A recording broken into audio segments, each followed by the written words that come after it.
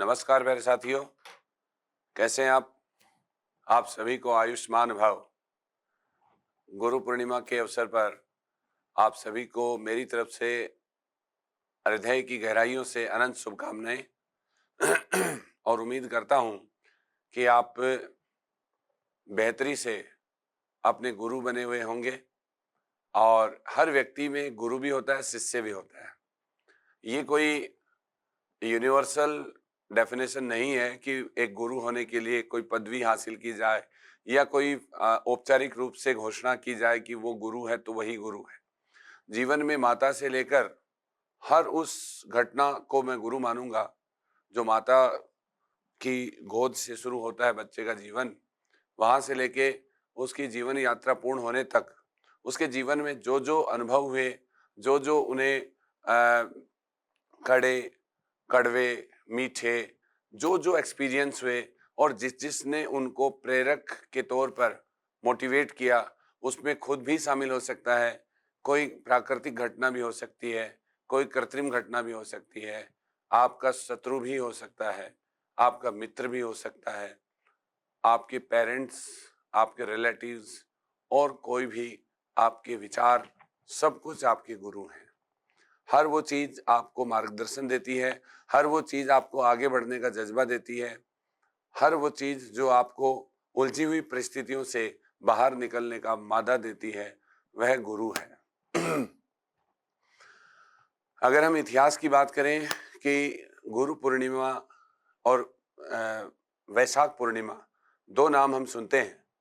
तो वैशाख पूर्णिमा तो इसलिए इम्पोर्टेंट है क्योंकि इस दिन महात्मा बुद्ध जो थे उनका जन्म, उनको ज्ञान प्राप्ति और उनकी मृत्यु की घटनाएं जुड़ी हुई हैं। तो बौद्ध धर्म में बुद्ध पूर्णिमा या वैशाख पूर्णिमा का बड़ा महत्व है। ठीक इसी प्रकार से हमारी सनातन परंपराओं में महर्षि वेदव्यास, जिन्हें कृष्ण द्वैपायन व्यास या बादरायण भी कहते हैं, उनका जन्म हुआ था आषाढ़ पूर्णिमा के दिन। तो उस तिथि को जो है हम लोग आषाढ़ पूर्णिमा या गुरु पूर्णिमा के तौर पे मनाते हैं।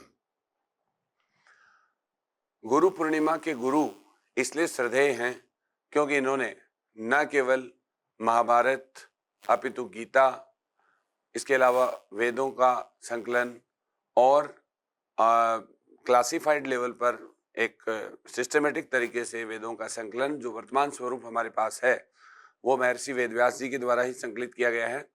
और इन्होंने ब्रह्मसूत्र भाष्य जो है उसको भी इन्होंने जो है संकलित किया था। देखिएगा, तीन नाम हैं इनके। मैं थोड़ा हिस्टोरिकल पर्सपेक्टिव में आपको बता देता हूं, ये आपके एग्जाम्स वगैरह में भी काम आने वाली चीज है। एक है कृष्ण द्वैपायन व्यास। यहां द्वैपायन का मतलब है द्वीपों में रहने वाला। इस रूप में इन्होंने जिस टेक्स्ट को संकलित किया वो महाभारत है और महाभारत का ही जो 18 अध्याय है वो गीता है। तो कृष्ण द्वैपायन व्यास के तौर पे आप महाभारत और गीता के रचयिता हैं। द्वैपायन का मतलब जो द्वीपों में रहता है, तो द्वीपों में रह के इन्होंने इसको संकलित किया। बादरायण का मतलब है जो बद्रीनाथ में रहता है, बद्रीनाथ में रहता है। तो बद्रीनाथ में रह के इन्होंने ब्रह्मसूत्र भाष्य लिखा। ब्रह्मसूत्र भाष्य जो है वो बेसिकली क्या है, ये उपनिषदों की टीका है। यानी उपनिषदों का सारगर्भित और समराइज फॉर्म जो है वो ब्रह्मसूत्र भाष्य में लिखा गया। इसी ब्रह्मसूत्र भाष्य पे बाद में शंकर ने टीका लिखी, रामानुज ने लिखी और निम्बार्क ने लिखी, मध्वाचार्य, वल्लभाचार्य, सभी ने ब्रह्मसूत्र भाष्य को आधार बनाया और भक्ति की जो अवधारणा थी वो इसी को समीक्षित करके आगे बढ़ाई गई। तो बादरायण जो बद्रीनाथ में रहता है उसके रूप में इन्होंने ब्रह्मसूत्र भाष्य यानी उपनिषदों का सार इसमें कलेक्ट किया। कृष्ण द्वैपायन के रूप में इन्होंने महाभारत और उसी का पार्ट गीता संकलित किया। तो महर्षि वेदव्यास के तौर पे इन्होंने संहिताओं का जो ज्ञान था उसको वेदों के चतुर्विध विभाजन के रूप में व्यवस्थित रूप से संकलित किया। तो ये वेदों के संकलन करता,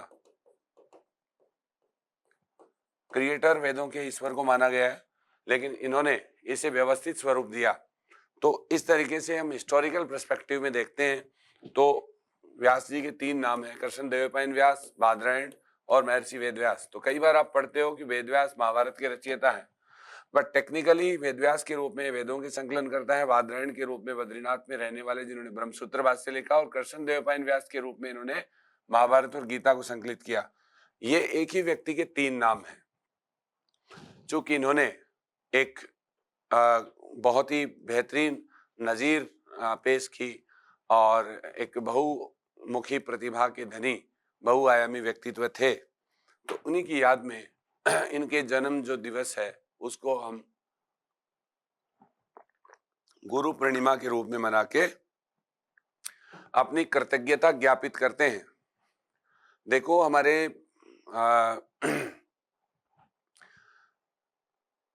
हमारे साहित्य में हमारे पोस्ट वैदिक काल में जो यज्ञ थे उनमें 5 यज्ञ थे, ब्रह्म यज्ञ, देव यज्ञ, है ना, और ऐसे इसके अलावा जैसे पितृ यज्ञ, भूत यज्ञ और नृयज्ञ। तो इन 5 महायज्ञों में जो पहला है ब्रह्म यज्ञ, उसका नाम ऋषि यज्ञ भी है, और ब्रह्म और ऋषि यज्ञ गुरुओं के प्रति कृतज्ञता प्रकट करने हेतु संपादित किया जाता था। और ऐसी ही कृतज्ञता हम गुरु पूर्णिमा पर अपने गुरुओं के प्रति ज्ञापित करते हैं, जिन्होंने हमें प्रेरणा दी और वो हमारे जीवन में प्रेरक के तौर पे रहे। ठीक है, और तो इस तरीके से हम गुरुओं के प्रति काफी श्रद्धान्वित भाव से अपनी कृतज्ञता ज्ञापित करते हैं। साथ ही हमारे 3 ऋण हैं, उसमें ब्रह्म ऋण, उसे ऋषि ऋण कहते हैं, ये हमारा गुरुओं के प्रति जो हम पे ऋण होता है उसको बोलते हैं, और फिर उसको ऋण होने के लिए हम एक्चुअली ब्रह्म यज्ञ या ऋषि यज्ञ करते हैं, जिसमें अपनी श्रद्धा अनुसार गुरु की कृतज्ञता ज्ञापित करने हेतु उन्हें यथोचित भेंट वगैरह दी जाती थी। ये हमारी ट्रेडिशन थी। इसके अलावा हमारे 16 संस्कार हैं, तो उनके अंदर भी जब स्टूडेंट वहाँ पे पूरा स्नातक होता है और समावर्तन संस्कार करता है तो वह कुछ गुरु दक्षिणा के साथ में गुरुकुल से लौटता था। तो ये कुछ ऐसी परंपराएं थी जो एक्चुअली ग्रेटिट्यूड जिसको हम बोलते हैं, व्यक्ति में विनम्रता लाती हैं और व्यक्ति को अपनी सफलता का श्रेय मैं मानता हूं कि उन सभी प्रेरकों को देना चाहिए जिनका आपके सफलता में कहीं न कहीं योगदान रहा है, और इससे हम लोग काफी अच्छे और पॉजिटिव मैनर के साथ में आगे बढ़ पाते हैं। एक शोध ये कहता है, थॉमस कार्ले नाम के एक व्यक्ति हैं, इन्होंने एक शोध किया है कि क्या एक मेंटरशिप जो होती है वो किसी व्यक्ति के आगे बढ़ने में योगदान देती है। तो इसमें 93% जो अमीर थे उन लोगों का जीवन में जो है गुरु का बड़ा रोल रहा था। मेंटरशिप एक अच्छी चीज होती है। महायान के अंदर भी इस चीज को सिद्धता से बौद्ध धर्म में भी जो है माना गया कि एक अच्छा जो प्रेरक होता है, बोधिसत्व है, जो दूसरे लोगों को उस मार्ग पर चलने का मादा देता है या रास्ता दिखाता है जिस पे वो चल के निर्वाण की प्राप्ति कर सकते हैं। तो इस तरीके से अपन ये कह सकते हैं कि गुरु का रोल एक महत्वपूर्ण रोल है।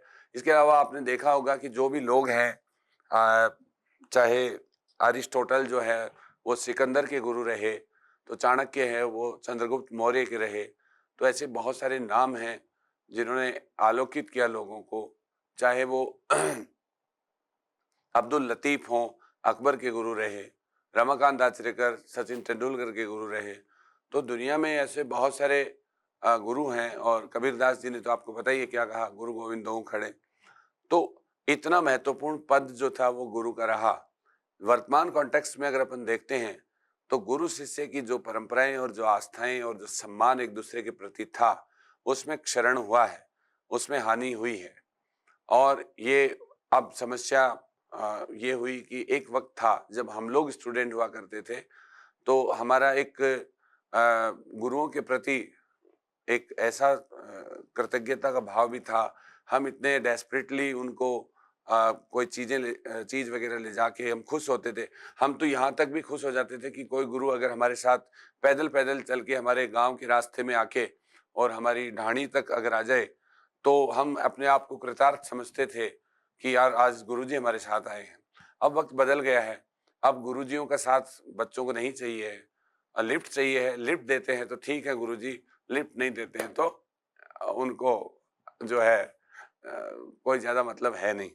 मोबाइल गुरु बन गया है वर्तमान में, इससे बड़ा कोई गुरु किसी का नहीं है और ये अच्छा भी है वैसे, कोई बात नहीं। लेकिन जो मानवीय संबंध या जो रिलेशनशिप गुरु शिष्य की जो हमारी ट्रेडिशन में थी, मैं ये तो नहीं कहता कि आप वही परंपराओं में वापस चले जाओ और पूरी तरीके से समर्पित कर दो सब कुछ। लेकिन आजकल के बच्चों में जो देखने को मिला है गुरु शिष्य परंपराओं में, उसमें दोष गुरुओं का भी है और दोष शिष्यों का भी है। गुरुओं को भी चाहिए कि वो अपने कर्तव्य स्थलों पर अपना बेहतर दें और अपने स्टूडेंट की केवल टीचिंग तक ही नहीं, बल्कि उसकी मेंटरशिप, उसके साइकोलॉजिकल, उसके इमोशंस और उसके बाकी ज़रूरतों में भी गुरु अगर साथ खड़े रहें। बच्चा जब अंडर परफॉर्म करता है, तो गुरु का दायित्व बनता है कि वह अपने बच्चे को इस बात का एहसास कराए कि ये संसार तुम्हारा है, इसमें तुम्हारे पास पाने के लिए पूरा संसार है और खोने के लिए केवल बेरोजगारी है। तो वर्तमान आर्थिक युग में बदलते रिश्ते जो हैं, वो पूरी तरीके से अर्थ बेस्ड हो गए हैं। आज हम बच्चों को मेंटरशिप देते हैं, बच्चे कामयाब होते हैं, बच्चे सिलेक्शन के समय कुछ बात बोल देते हैं नॉर्मल सी, और उसके बाद में धीरे धीरे वो उन रिश्तों को विस्मृत कर देते हैं और अपनी दुनिया में मस्त हो जाते हैं। आज समस्या परिवार स्तर पे भी है और गुरु शिष्य स्तर पे भी है। आज हर रिश्ते में ये समस्या सामना कर रहे हैं हम, और उसके बीच में सबसे बड़ी जो बाधा है वो हमारा ये चल मोबाइल तंत्र है, जिसकी वजह से हम अब पहले ये होता था कि कोई समस्या होती थी तो उसके लिए गुरुजी की शरण में ही जाते थे कि भाई ये हमें नहीं आ रही है। आज नहीं आ रही है तो विकिपीडिया बता देता है, तो वैसे भी ये गुरु है, इसमें हमें कोई ज़्यादा बुरा मानने की ज़रूरत भी नहीं है। लेकिन फिर भी जब व्यक्ति मानसिक रूप से कमज़ोर होता है, आध्यात्मिक रूप से कमज़ोर पड़ता है और जब उसकी मनोदशाएँ पूरी तरीके से खराब होती हैं, तो ऐसे में उनके गुरु उन्हें वो विश्वास, वो जज़्बा, वो साहस और वो प्रेरणा दे सकते हैं, जो ये तंत्र और यंत्र नहीं दे सकता है।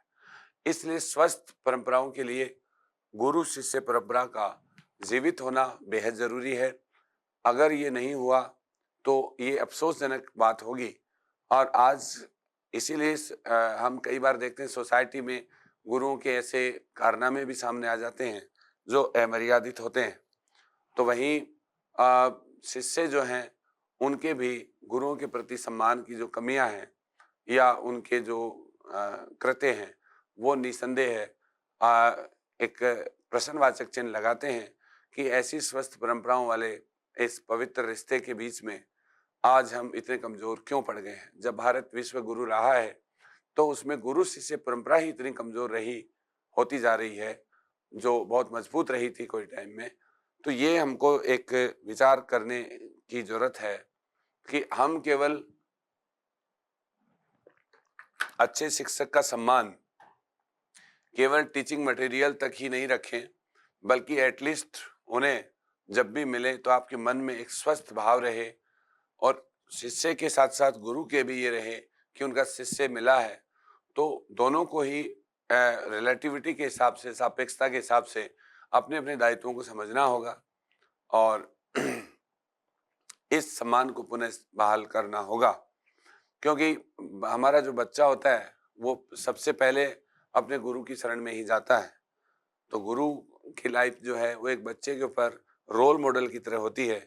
अगर गुरु ने अच्छा परफॉर्म किया, अच्छा व्यक्तित्व है, अच्छा चरित्र और उसके अच्छी संस्कार हैं, तो निसंदेह एक बच्चे के रोल मॉडल के तौर पे वो उसका अक्स जो है वो किसी भगवान से कम नहीं होता है।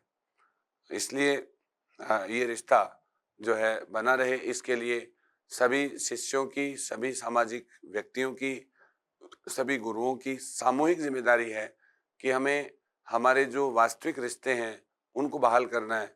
केवल आभासी या ऐसे रिश्ते जो हम आजकल की दुनिया में जी रहे हैं वो नहीं होने चाहिए, क्योंकि ये केवल वर्चुअल लाइफ जो है रियल लाइफ से दूर होती जा रही है और रियलिटी में हम लोग अपने से दूर होते जा रहे हैं। पहले उपनिषद काल में योग्य गुरुओं के समीप बैठकर निष्ठा पूर्वक गूढ़ ज्ञान प्राप्त किया जाता था और ब्रह्म का ज्ञान जो है वो गुरुओं के द्वारा दिया जाता था और शिष्य जो है उसका हृदयंगम करके और अपना जो है मोक्ष प्राप्त कर लेते थे। तो वह ज्ञान, वह परंपराएं, वो बड़े गुरु और वो बेहतरीन शिष्य, हर एक गुरु का सम्मान होता है। हर एक गुरु चाहता है कि उसका शिष्य आगे बढ़े। यही एक ऐसा मेंटरशिप है जिसके अंदर हमेशा आप टीचर ये चाहता है कि उसका बच्चा उससे ज़्यादा बड़ा हो, उससे ज़्यादा करे और वो गर्व के साथ कह सके कि हाँ, ये मेरा मेरा स्टूडेंट है, इसको मैंने पढ़ाया है। और निसंदेह इस निस्वार्थ और खूबसूरत रिश्ते को वर्तमान में कमर्शियल वे में थोड़ा सा स्वार्थी बना दिया है और इसका कहीं न कहीं उत्तरदायित्व है और इसके जो जो कर्तव्य हैं उनमें कोताही बरती गई है। दोनों ही तरफ से गलतियां हैं। शिष्य भी अपने एक तरीके से सॉफ्ट कॉर्नर या फिर अपने प्लेजर्स ढूंढने के लिए धीरे धीरे संस्थानों से स्किप होते हैं। वो पढ़ाई कम करते हैं और वो देखते हैं कि ठीक है, मुझे पढ़ना नहीं पड़ेगा। गुरुजी सोचते हैं मुझे पढ़ाना नहीं पड़ेगा। एक म्यूचुअल अंडरस्टैंडिंग है जो गुरु शिष्य के बीच में स्थापित हो गई है और जो हमारी परंपरागत शिक्षण पद्धतियों के बीच में बेहद बाधा है। आज कमर्शियल टीचिंग जो है वो स्टार्ट हुई, तो उसमें भी मैं मानूंगा कि आप चाहे किसी कोचिंग संस्थान में जाते हैं या फिर कोई मेंटरशिप में जाते हैं, तो आपके लिए बेहद जरूरी है कि आपका बेसिक बहुत अच्छा हो और बेसिक अच्छा होने के लिए आपको स्कूल और कॉलेज के अंदर बहुत बेहतरी से पढ़ना चाहिए। ये नहीं भूलना चाहिए कि वहाँ सबसे क्वालिफाइड टीचर आपको पढ़ा रहे हैं। हर टीचर अपना 100% देता है। हर टीचर अपनी पूरे जीवन की कमाई का सार अपने बच्चे को देना चाहता है।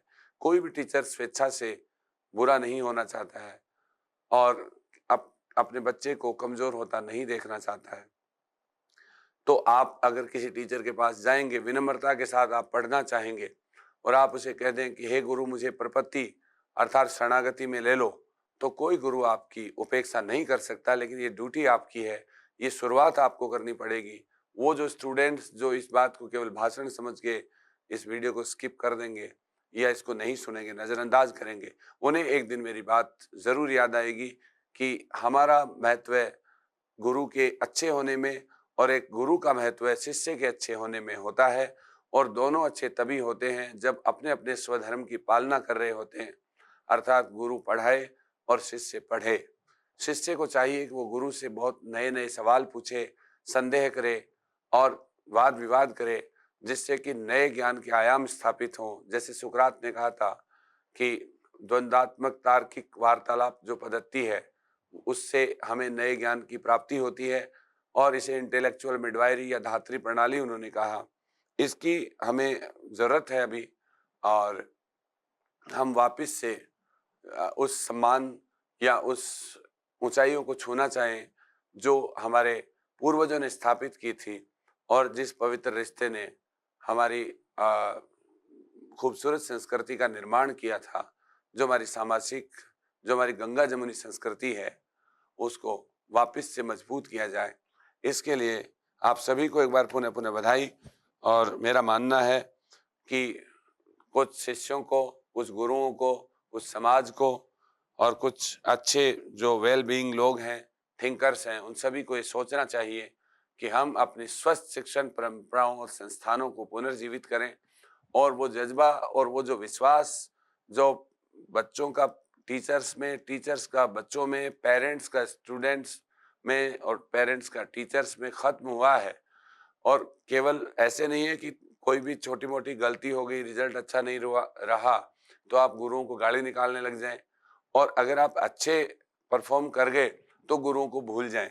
तो गीता का जो स्थित प्रज्ञित मानव है, जो पूर्ण मानव है, वो उसकी तरह आपको रहना है। आपको जिसको जो हक है वो देना चाहिए, क्योंकि एक दिन आप भी किसी के गुरु बनेंगे तो आपको भी अपेक्षा होगी कि लोग आपका भी सम्मान करें। सम्मान हमेशा व्यक्ति के कार्यों से होता है, लेकिन फिर भी उसे अभिव्यक्त कर देने से आप आदमी के संबंधों का दायरा बढ़ता है। महात्मा गांधी ने कहा था कि जब ट्रस्टीशिप का सिद्धांत अपनाते हैं तो व्यक्ति जो है अपने रक्त संबंधों से बाहर अपने बड़े पारिवारिक संबंधों और सामाजिक संबंधों की ओर बढ़ता है। और व्यक्ति जब अभिव्यक्ति को या बातचीत को बंद कर देता है तो व्यक्ति में बहुत सारी ग्रंथियां बन जाती हैं, वायलेंट ग्रंथियां बन जाती हैं। तो हमें चाहिए कि हम लोग अपने आप को अभिव्यक्त करें, वाद विवाद कायम रखें, संवाद रखें, और जितना हमारा संवाद होगा उतना ही हम दूसरों के लिए अच्छा काम आ सकेंगे। हम सॉरी बोलना सीखें, हम अपनी गलती को मानना सीखें, हम किसी की मदद करना सीखें, हम मुस्कुराना सीखें, हम अपनी कमियां ढूंढना सीखें, हम अपनी खूबियां सीखें, दूसरों की दो बड़ाई करना सीखें, दूसरों की कमियों को कमियों के रूप में ना बता के उन्हें सुझाव या सजेशन के रूप में देंगे तो थैंक्स वाली बात आएगी। और वही जय हो वाला है, आप 3 लोगों को थैंक यू नहीं बोलना बल्कि 3 लोगों का भला कर देना, अच्छी बात बता देना। यही गुरु शिष्य परंपरा हमारी जो वेदों में से चली आई, वैदिक साहित्य से मतलब वैदिक काल से, वो वर्तमान तक जारी रहनी चाहिए। जब एक बेहतरीन अतीत हमारा वर्तमान का मार्गदर्शन करे और वर्तमान भविष्य का निर्माण करे तो ये सतत और सनातन और अविखंडित परंपराएं जो है हमारी लगातार बनी रहे। तो हम समझेंगे कि गुरु पूर्णिमा की पर जो गुरु की कृतज्ञता है वो पूर्ण हुई, और नेक्स्ट गुरु पूर्णिमा पर आप अपनी उपलब्धियों के साथ हमारे साथ अपनी उपलब्धियां शेयर करें। ऐसी उम्मीद के साथ आप सभी को एक बार बेहतरीन शिष्य बनने और बहुत सौहार्दपूर्ण मानव संसाधन बनने और लोगों का भला करने वाले, देश के लिए अच्छा सोचने वाले, अपने परिवार अपने समाज के लिए अच्छा सोचने वाले, खुद के लिए अच्छा सोचने वाले, नशा मुक्त और विभिन्न व्याधि मुक्त भारत की नींव रखी जाए और इसको समृद्ध किया जाए, सींचा जाए। याद रखना, आने वाली पीढ़ियां आपका सम्मान करेंगी। जय हिंद।